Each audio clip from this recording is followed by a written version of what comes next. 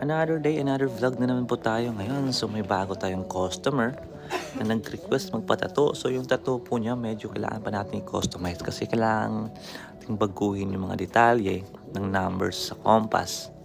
Tsaka yung mga na-request niya related sa pagtatrabaho niya, pagbabarko niya, tsaka sa birth year ng anak niya. Yan yung mga sinasabi niya nang ilagay daw sa tattoo.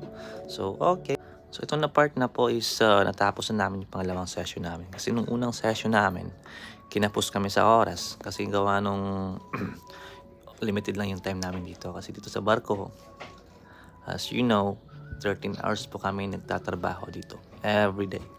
Wala pa po kasama yan yung general meeting at saka mga general cleaning. Nagpapadagdag sa trabaho namin. So medyo nakakapagod pero go lang. Kaya dito sa pangalawang session namin, natapos na namin to. At sa pangatlong session, nilagyan na namin ng corona. Kasi ito yung request ni sir. Dito, nilagyan ko na ng cream. Kasi sabi niya namamali daw gawa nung palaging kinukuskus ng tissue. Pero yung tinanong ko si sir, kumusta naman yung tattoo ko? Sabi niya, okay lang daw. Kasi kala ko masakit daw. Kasi yung mga sinasabi ng tropa ko, pag binabaon yung karayom, ang sapde, parang pinupunit yung balat ko. Pero daw sa pagtatattoo ko, medyo magaan lang daw yung kamay ko. So medyo komportable daw si sir. May isang part pa nga daw dito na naka-idlip daw siya sa sobrang pagod. So dito na part na to, nilagay na po din natin yung tattoo na request niya na Chinese love symbol doon sa may bandang ibabang tenga niya. Happy naman po din si sir sa kinalabasan. So itong pangapat na naman natapos namin, nag-request siya ng maglagay na parang wave na may kulay at saka naka-indicate yung birth year niya.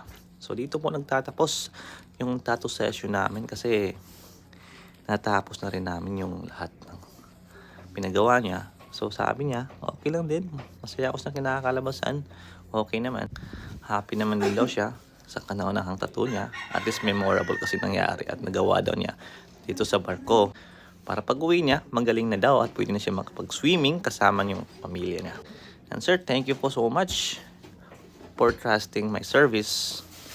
Salamat po sa lahat sa pagdayo dito sa kabina ko. Enjoy your tattoo, sir. Thank you, thank you, thank you.